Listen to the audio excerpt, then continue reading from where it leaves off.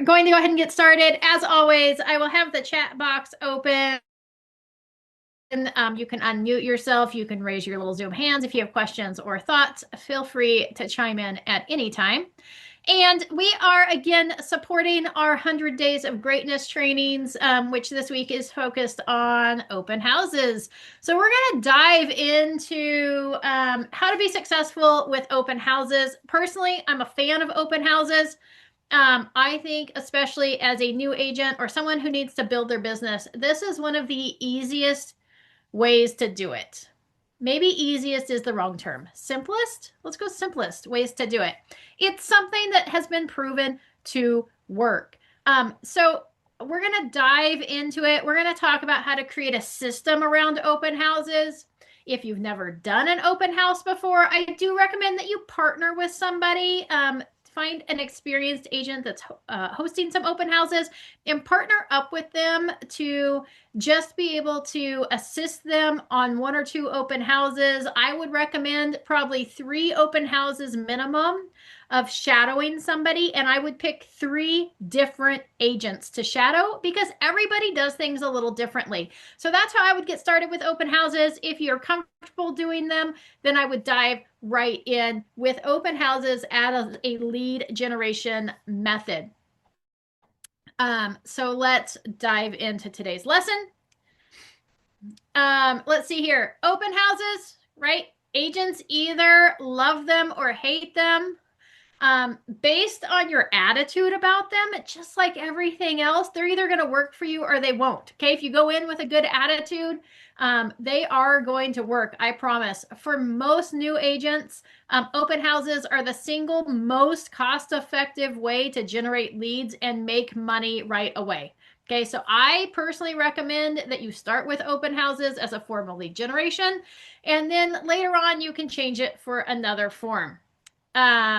Some of the benefits is, again, lead generation. Every single attendee is a potential buyer, seller, or both. Okay, it gives marketing exposures for your active sellable listing inventory, although it's not common. There have been offers made on the actual property being held open. If it's not your listing, it's going to get you exposure. I've actually sold, I don't know how many open houses I did. The first year I went full-time in real estate, I was probably doing open houses 1 or 2 almost every weekend. I probably did upwards of 100 open houses within, I'll say, the first 18 months of me going full-time as a real estate agent. Super, super easy. And out of all of those open houses, out of all the open houses I've done, I've been licensed since 2007. Out of all the open houses I've done, only 2 of them has sold based on the open house. Okay. So it's a low conversion ratio of actually selling the house. We don't tell our sellers that. It makes them happy when we host open houses. But the goal, ultimately, the goal is that you are going to get lead generation. You're going to pick up clients from that. Okay, the investment of your time, open houses can be the most cost-effective, right? If done properly, they don't have to cost anything at all. And the worst case scenario that is no one shows up, you can catch up on admin tasks, follow-up calls, mailers, or other busy work. So always bring like your computer with you. For open houses to be successful, I would ultimately say preparation and planning is required. Can you show up on the day of the open house, stick some signs out, open the door, cross your fingers, say a little prayer, and hope that people show up and still pick up some clients? Yes, you can. Is it going to be more successful if we put some planning into place and execute a system and process? Absolutely. Okay. All right. So, before we dive into those systems and processes of open houses, again, attitude is everything. So you need to go into your open house believing that it can be and that it will be productive. Plan, prepare, and get to know the property and the market. Okay. As you will see, everything that you need to You need to know everything you can about the property you're holding open and be knowledgeable about the local market and other neighborhood listings. Okay, that's kind of the key. Also, I would recommend dressing professionally. Okay, again, only 1% of homes sell from an open house. So your primary intention is to be hired by prospective buyers and sellers. That's who pass through open houses, prospective buyers and sellers. And this is going to be your first impression. So make sure that you present yourself in a way that says, hire me. Okay. Um, all above all else, safety first. So some safety tips. Number one, never host an open house alone. Get a lender, an insurance agent, a home inspector, a brother, sister, spouse, adult child, or another agent to host the open house with you. Please don't sit in a house by yourself, inviting strangers to come in. The nice thing about having like a lender or other vendor host with you is that you're not competing for the same leads like you are if you have another agent hosting with you. Okay. So in fact, oftentimes you can help each other turn leads from captured into connected if we're using a vendor, right? If you do decide to host the open house with another agent, go into the open house with an agreement as to how leads and transactions will be handled that come from that open house. Okay, make sure you have that conversation up front. I don't care who sits in that house with you, just have somebody there. And again, my first pick would be a vendor, somebody that's going to help me convert those leads from captured to connected, right?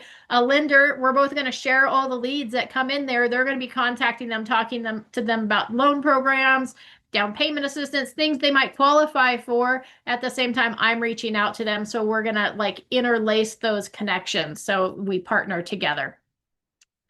Um, Also, make sure that someone that cares about you, like your spouse, significant other, friend, or parent, knows the address of the house that you're holding open, knows the hours that you will be there, along with your anticipated return time. Okay. Also, I would recommend having a code word you can use if you are in trouble. That way, if there's somebody shady that walks through the house, I pick up the phone, I call my spouse. I'm not going to say, hey, I think there's somebody shady here. I'm going to be like, hey, can you pick up peaches at the grocery store for me? I forgot the peaches, right? That might be my code word. And then they know that I'm in trouble and they should call the cops or somebody else to swing by. It's also a good idea to have the local emergency number saved to your phone. Okay, so that you're going to be routed to the local dispatch rather than calling 911. Because oftentimes that's going to lead to a faster response time in case of emergency. If we dial 911, it's going to go oftentimes to the sheriff's dispatch versus the local city that you're hosting the open houses in dispatch system. So just a little tip in mind. Everybody has a local emergency, also a local non-emergency number. All right. Some additional tips. As long as the weather is nice, I like to leave all the doors open to allow for quick exit if required. It includes making sure that the side gates are unlocked and can be quickly opened from the backyard. That way, if somebody comes in the house, I'm starting to feel cornered, I feel threatened, and I escape to the backyard, I'm not then trapped in the backyard. I want to be able to get out of there as well. So I check the gates as well. Always position yourself between visitors and the exits to allow for you to escape if necessary. Don't lead people into the rooms. Allow them to go in first so that you don't get cornered. And also, trust your gut. If you feel uneasy, question a visitor's motives, just step outside and assess the situation. Don't hesitate to call for help. It's always better to have help show up and not need it than the other way around. And then finally, make sure to scan the house before you start to make sure all valuables, prescription medications are tucked away and out of sight. Okay. Let's see here. To prepare for an open house, make sure that you always have everything that you need. So I would create an open house kit. Okay. Make sure to have business cards, buyer handbooks, personal marketing materials, right? Maybe materials that showcase renting versus owning or tips for sellers to prepare their homes for sale. A tape measure. Okay, it never fails that someone wants to measure to see if their couch or bedroom set would fit. I had clients that wanted to measure every garage to see if they could get their boat in the garage. Make sure to have a table and a chair if the home is vacant. And always have a flashlight along with sign-in sheets, evaluation forms and pins, or a tablet for the digital sign-in, right? Whatever method you choose. And then also make sure that you have plenty of buyer representation agreements, and you could do like the limited property showing and representation agreements, along with the open house visitor non-agency sign-in document. Okay. You may want to frame that at the property. Okay, the property visit and open house advisory, the Ohana form, for visitors to review when they arrive. Having it framed makes it look more professional. I would also have a framed advisory and letting people know that the seller requires them to sign in for the safety and security of the property. And it may also be a good thing to include on that recording devices may be present in the property, just so people are aware as they walk into. It really bothers me when sellers of the properties sit there on their Ring cameras during the open houses, but they do it. So we want to let people know that. So if we have something that's framed for all those, it just goes in our kit. It stays in our kit. When we host the open house, we pull out those frames. It looks professional. It looks nice than just pieces of paper floating around. Okay. Excuse me. I would also in my open house kit include some water right on cue as I'm choking to death, and snacks. It's not necessary for the visitors, but in case you get thirsty or need a snack, we want you at the top of your game. Okay. Most of the items in your open house kit can double for a showing kit, so it's dual purpose for the win. Excuse me. Any questions or thoughts so far? All right, plugging right along. It's important to remember that we're talking about open houses for the purpose of a lead generation. Okay, so if you aren't there to collect potential buyer and seller leads, then you may as well not be there. Again, there's really no other reason to host an open house because, again, only 1% of homes sell from an open house. So you want to make sure you have a system in place to execute, making sure that you stay focused on the prize and do the things that are necessary to result in adding people to your database that will turn into transactions. I think the best way to do this is to break it down by days. So we'll walk through some ideas to prep and follow up each day of the week. For the purpose of this training, we're going to move through the open house system as if you're going to host the open house on Saturday or Sunday or both. Okay, if you're hosting on a different day, you would just adjust the process accordingly. Also, if open houses are part of your lead generation plan, you should have them already written in your calendar. So you should know today what weekends you will be hosting and what weekends you will be off. Okay, don't underestimate the power of taking time off each week as well. So if you're hosting opens on the weekends, think about another day that you can take off so that you can relax, excuse me, and recharge your batteries. Excuse me. We're going to work off the assumption, number one, that the open house is on Saturday, and that we're going to take off Sunday, Monday for our example schedule, which means that we're going to start the process on Tuesday. This is day number 1, which means we need to select the home that we're going to host open. Okay. And you may want to start by determining what time the home will be open. An open house should be somewhere between 2 to 4 hours long. And you can try different times on different days to see what works best for you and the community that you're hosting open houses in. I recommend 2 hours with a 30-minute pre-open for the neighbors. So 2 hours and 30 minutes actually inside the house. Having a date and time in mind helps when you're talking with your sellers or other agents about holding their home open, their home or listing. That being said, home selection is also super important. So I recommend first choice is always hosting your own listing open. So if you have a listing, host it open. If you don't have a listing, or maybe your listing's in a really bad location, then you want to start reaching out to other agents in our office to see if they have a listing you can hold open. My first choice outside of my own listing would be to look for a listing inside of my farm, my frequent area of repetitive marketing, if I have one, because then I'm doing double duty at that point, establishing presence in my farm and lead generating. Outside of those two options, highly desired homes, fall into three categories. I like to look for homes that are new to the market, those that are experiencing their first weekend on the market. Okay, those are going to get good action. The next option are going to be homes that are in the category of being low inventory. Okay, so if the market is lacking single story homes, find those. If there's a highly desired neighborhood where listings don't come up often and there's a listing there, snatch that one up. The final category would be homes priced in the mid-range for your market. Stay away from the upper end or the bottom of the market because you're going to pull the biggest opportunity of actually potentially qualified buyers and sellers for homes in that mid-range. Okay, finally, once you think you have identified the home to host, make sure to consider the location of the home. Some things to consider: is the home in a location that's easy to find? If it takes 10 signs or 10 turns just to find the house, people aren't going to make it there. They will give up even if you have plenty of signage. So choose a home that takes only a couple of turns from the main road to get to. Find homes that are nearby amenities, near schools, recreation, and shopping. That's going to help you draw in more visitors or more leads.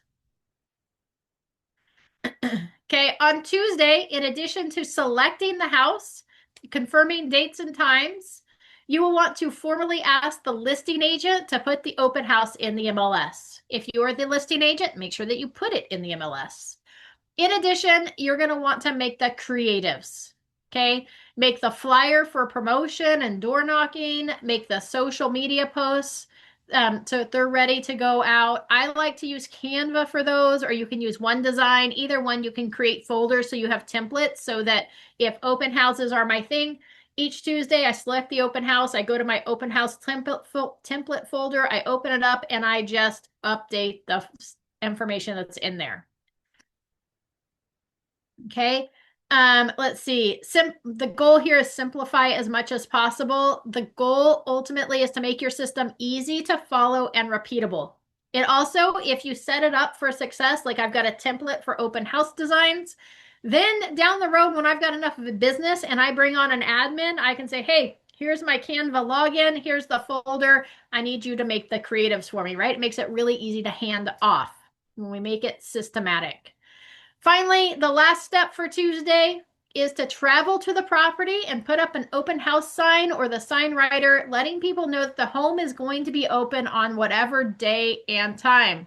You can order sign writers with blanks for the time so that you can fill in as needed. They're not super expensive, and they're going to help capture traffic that passes by during the week as well as neighbors. Okay, so something that you could fill in like open house 2 to 4 on Saturday. So Tuesday, house selection, MLS input, create marketing materials, and put up the sign writer. On the next day, Wednesday, you're going to do the prep work for your open house. These items are going to support your activities during the rest of the week. So first thing first is you're going to make sure the listing agent put the listing into the MLS with the correct days and times, right? We want to show up that it's having an open house this weekend. Next, I like to create a Google Drive folder. Okay, I'm going to talk about this more in a minute. On Wednesday, you're also going to want to make sure your open house kit is stocked, right? Restock it from the previous open house. That's going to include all the copies of the items in your Google Drive, your sign-in sheets, water, snacks that will be offered, along with business cards, pens, buyer representation agreements. Okay.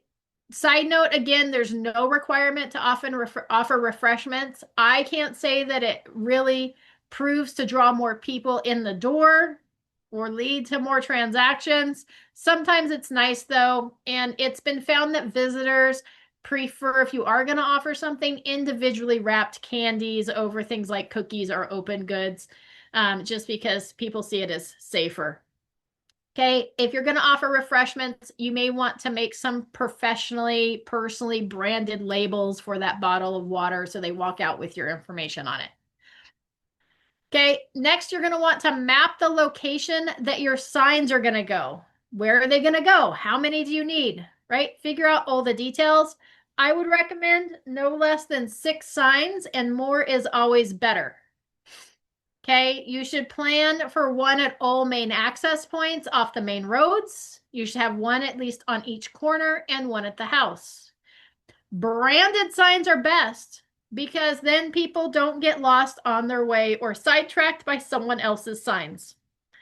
Also, maybe consider finding a teenager that you can train to put out and pick up your signs for a small fee. That was the best thing that I have ever done.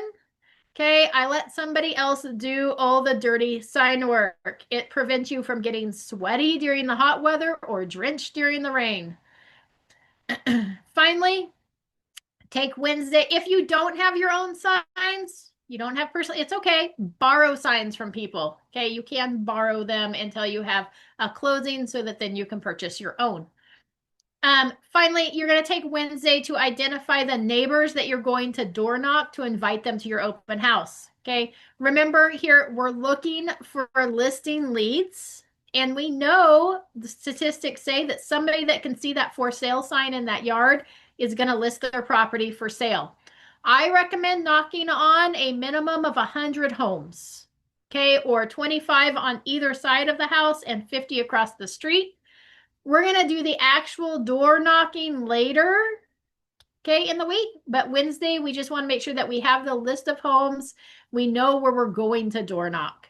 We can get that list of owners from the title company or from an app so that we know who to address and whether they are owners or renters. Okay, on Wednesday, I'm also going to identify any for sale by owner listings or expired listings in the neighborhood. For expired listings, I'm going to go back about 12 to 18 months. Okay, I want to have that list with me when I go door knocking, when I door knock the neighbors, so that I can stop by the for sale by owners and the expireds to see if they're still available and if they're going to be around after the open house in case any of the buyers that pass through the open house might be interested in their property. Okay, that way I can bring them by. These are going to be those off-market gems that you can use to help build value to potential buyers. Okay, remember, we're looking to level up our game. Finally, I would identify on Wednesday any other active listings in that neighborhood and become familiar with those listings as well. All right, as previously mentioned, I like to create a Google Drive for all of my open houses. This is where I'm going to put all of my materials that a potential visitor may want. By creating a Google Drive folder, I can then create a shortcut on my phone so that if somebody wants additional information, it makes it really easy to share a document from that folder with them, or the whole folder itself. So for everything that I have in the drive, I have a printed copy in the house, usually just one. So like I don't print up 20 open house flyers. I print up one open house flyer that has all the detail about the property and I put house copy on that. And if they want a copy of it, they have to make sure I have actual good contact information for them and I will share it from the folder. Okay.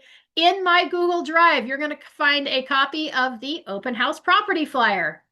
List reports, which showcases nearby attractions, schools, nearby amenities. You can explore that at listreports.com. It's free.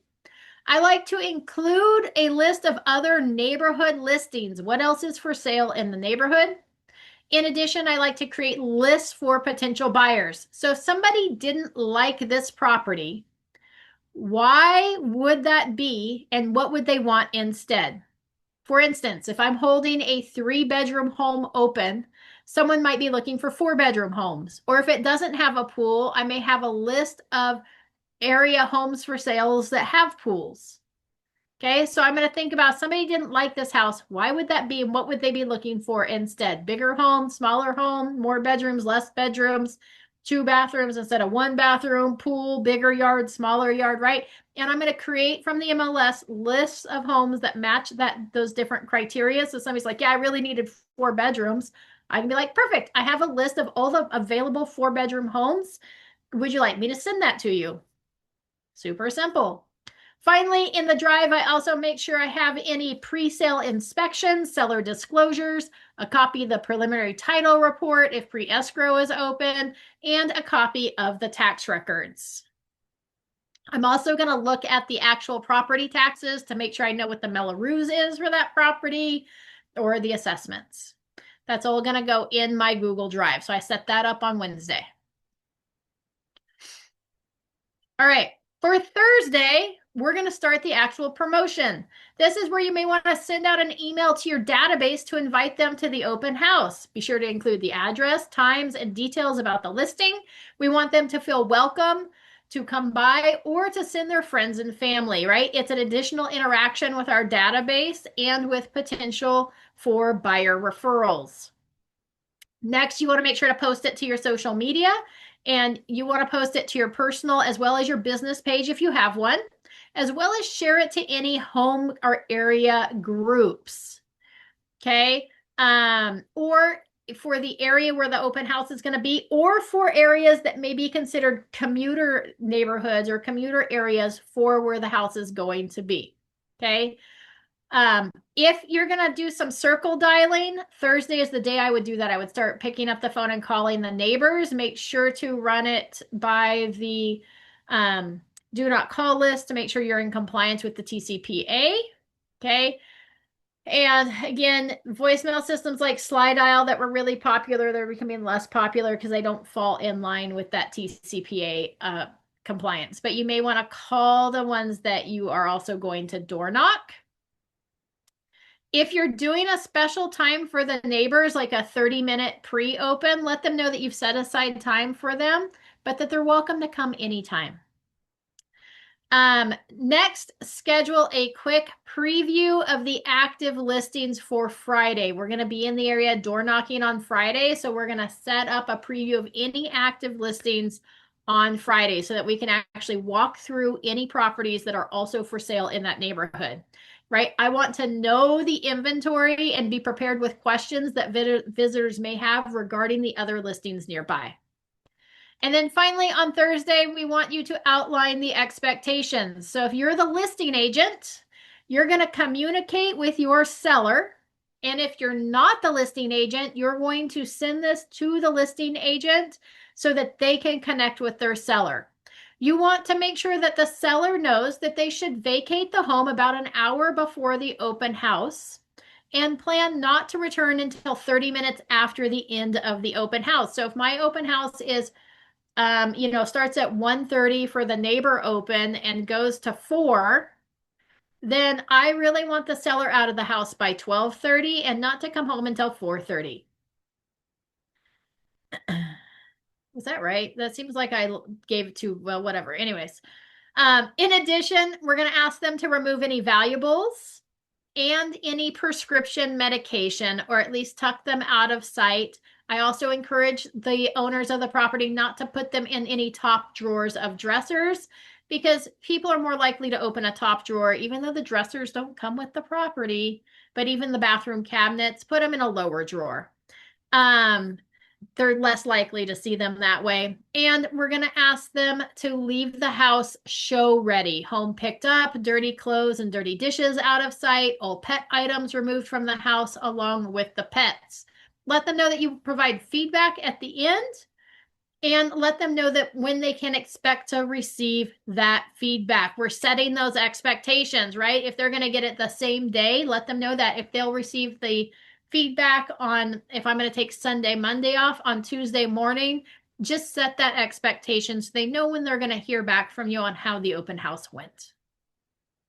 Okay, so set those expectations. Okay, so that was Thursday. Friday is the day we're going to head out to knock on doors.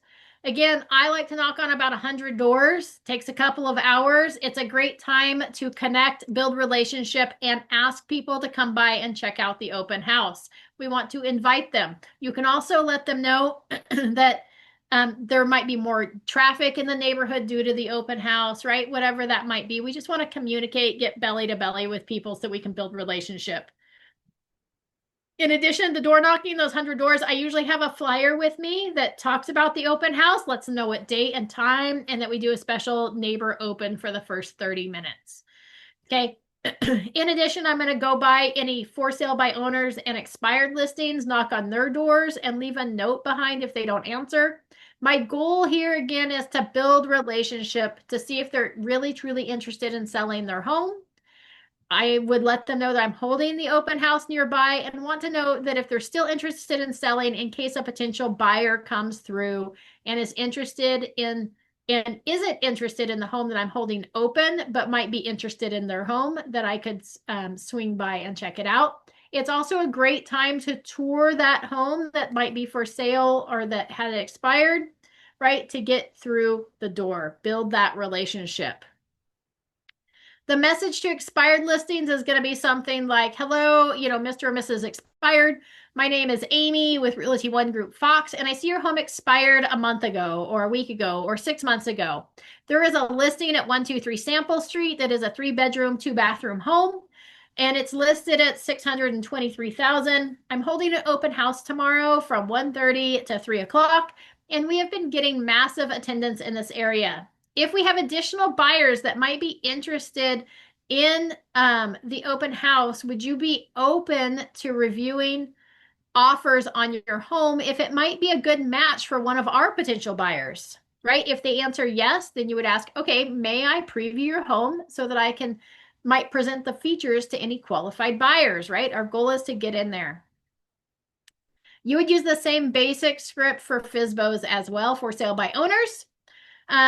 And you also, again, we should schedule a time to preview any other active listings in that neighborhood so that you can do those quick walkthroughs before you leave the area.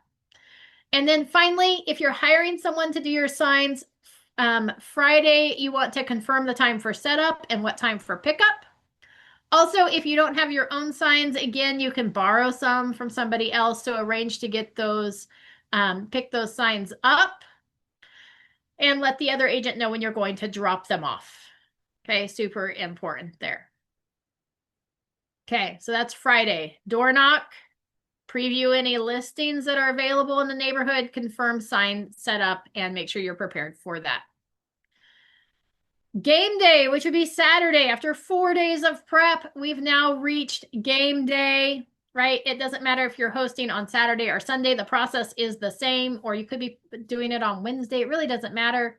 The day of, you want to repost on social media. Same sites, same groups as your previous post, which means that if you're posting in the what's going on in Solano County and Solano County Opens and wherever else you might be posting, create a list of those places. If I'm hosting an open house in Vacaville, this is where I post on social media.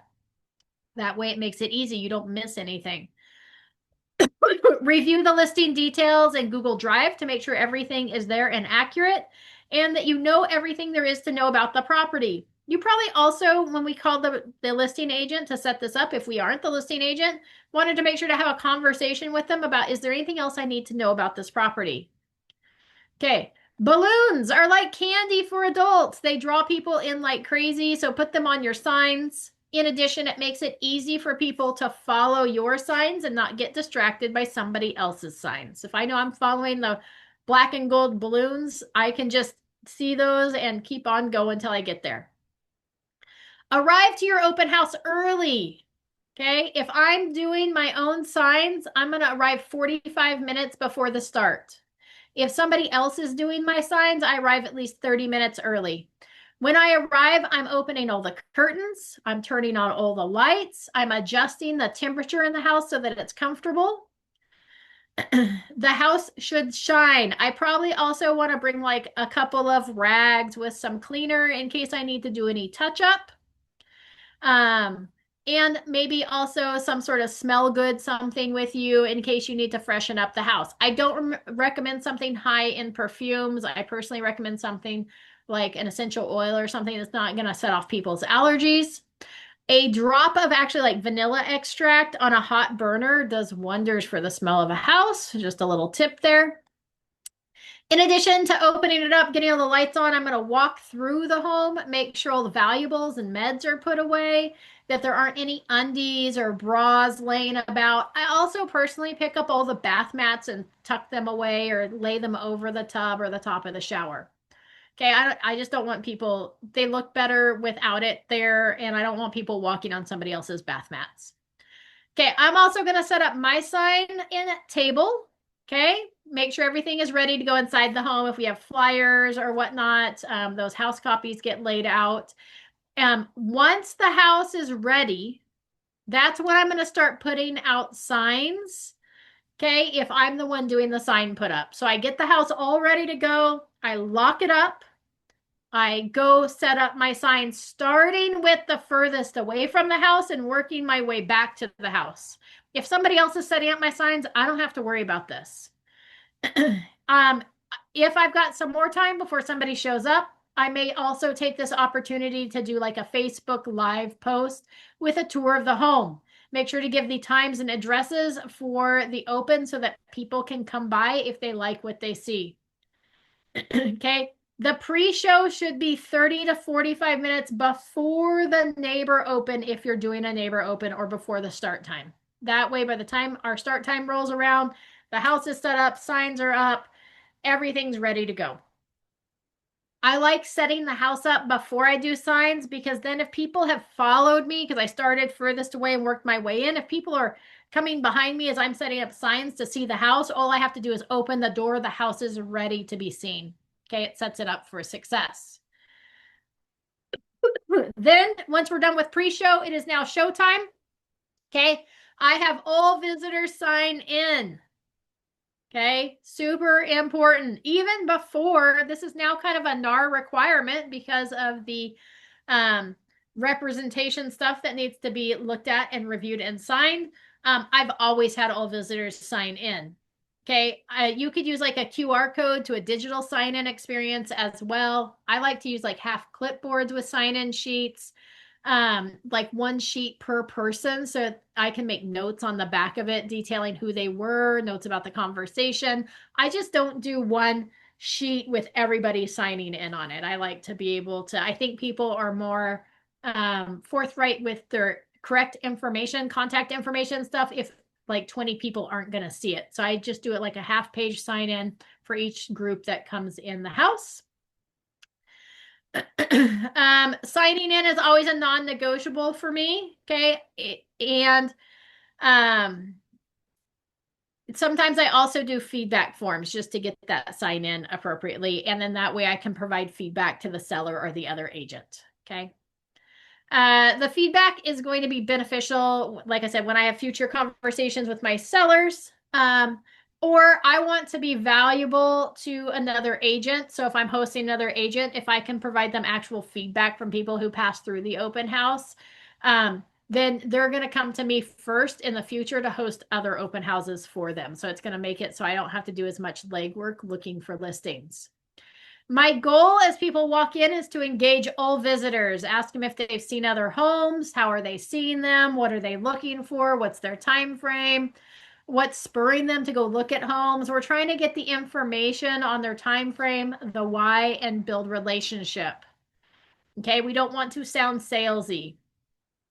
The goal during the open house is we're making those connections. If there's somebody we're interested in doing business with, the goal should be to set appointments with those potential clients at the open house for either buyer presentations, showings of other properties, or listing appointments. Okay, there's more commitment if you can get that appointment set with them. Then we'll touch base later this week. So get the appointment set. Remember to smile and have fun, because these visitors may be your future clients. And then finally, make sure that before you wrap up for the day that you record a thank you video. I'll talk about that more here in a minute. And you may want to bring some admin items work, or some admin work with you. That way, if it's slow, you can still have a productive day. All right, after the open house, you're going to want to return the house to its original condition. Secure doors, windows, turn off lights, unhide items that you may have stashed prior to the start of the open house, and return the thermostat to the temperature it was when you arrived. If I'm picking up my own signs, oftentimes prior to closing down the house, I'm going to lock up and go collect the signs. Okay, same as I did when I left. I'm going to lock the door, go collect signs, then return to the house and close it down. That makes sure that we don't have late people arriving when the house isn't open and ready to be shown because they're following the signs. In addition, before I close down the house completely, I'm going to record a quick thank you video in front of the key feature of the property. Okay, it could be a positive or negative feature. It doesn't matter. Just pick the most memorable feature of the house. Um, and you want to thank people for coming to the open house and let them know that you're available to assist them with all of their real estate needs. We're going to send this out later as part of our follow-up plan. If the sellers return prior to you leaving, brief the sellers. And if they haven't returned, just leave them a quick note or card. Make sure to thank them and provide a brief feedback focusing on the positive. Okay, usually it'd be like, hey, thanks again so much for allowing me to hold your house open today. I think I returned everything like you had it. We had 7 groups come through, and we had some good feedback for you that I will get for you on Tuesday morning at 9 a.m., right? Or whatever that is, or that I'll be passing off to your agent. Then the next step would be to provide that feedback to the listing agent, let them know how many groups passed through, any feedback on the listing that you obtained, both positive and negative, and I usually pass along the information for any agents that pass through, or if clients pass through that had agents, I give them that agent's information so they can contact those agents directly to follow up with what their client thought about the open house. Okay. So maybe schedule a little bit of time after your open house to send out that thank you video to everyone that attended. It doesn't take long, and it's a key step to starting the follow-up right away before someone else scoops up that potential buyer or seller before they forget about you. Okay, so that's kind of game day closing. Then we move into follow-up. A plan for the week leading up to our open house. We're going to have a plan for how we're going to interact with those visitors after the open house. So on the day of the open, we sent out the thank you visitors to all visitors of that open house, the thank you video. Our goal for the first week is 12 interactions. It's our 12 by 1. It should be a mix of 5 text messages, 4 emails, and 3 phone calls, not cards, calls.